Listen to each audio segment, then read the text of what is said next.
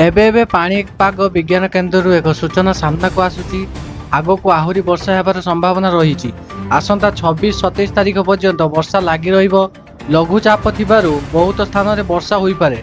पश्चिम ओडिशा रे दिने 2 दिन वर्षा लगी रहिबार संभावना रही। एहा परे उपकूल ओडिशा रे वर्षा हेबो। एने संपृक्त जिलापाल को सतर्क करा जायछि। तो एई भली लेटेस्ट खबर सर्वप्रथमे तो शेयर करंतु, हम चैनल को सब्सक्राइब करंतु। तो बढ़िया परवर्ती खबर जल संपद विभाग ग्राउंड रे थिबा अधिकारी को प्रस्तुत रहिबा को निर्देश दिया जायछि। एहा सह संवेदनशील अंचल उपरे नजर रखिबा को कहा जायछि।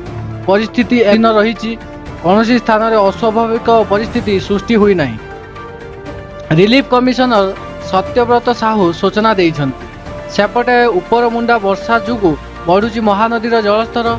छत्तीसगढ़ कलमा ब्यारेज रु 66 गेट दे एक बन्या जल निष्कासित होइछि। चलित मौसुमी ऋतु रे छत्तीसगढ़ कलमा ब्यारेज प्रथम करी गत जून 16 रे बन्या जल छाड़िथिला।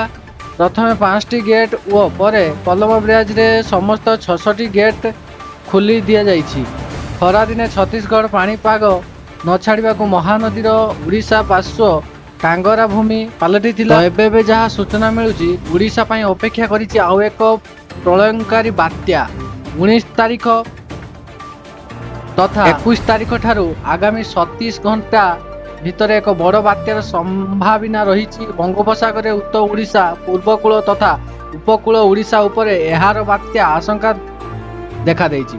आसंता 23 तारिख सुधा यह भीषण बात्यार रूप नहीं पारे बोली आशंका करा जाइछि। वर्तमान एही बात्या समुद्र पतन ठारू 7.6 किलोमीटर दूर रे अवस्थित रही। तेणु आसंता 48 घंटा मध्य बंगोपसागर उत्तर ओडिशा उपकूल रे एक लघुचाप सृष्टि करि पारे। तेबे बात्यार प्रभाव को लक्ष्य करी विभिन्न स्थान रे प्रबल प्रबल वर्षा हेबा नै पूर्वानुमान करिछि। किछि सहर रे दक्षिण पश्चिम दिगरे प्राय 10 रु 12 किलोमीटर बेगरे पवन बहिबा सह प्रबल घड़घड़ी बिजुली एवं हालुकार मध्यम धरण वर्षा होई पारे।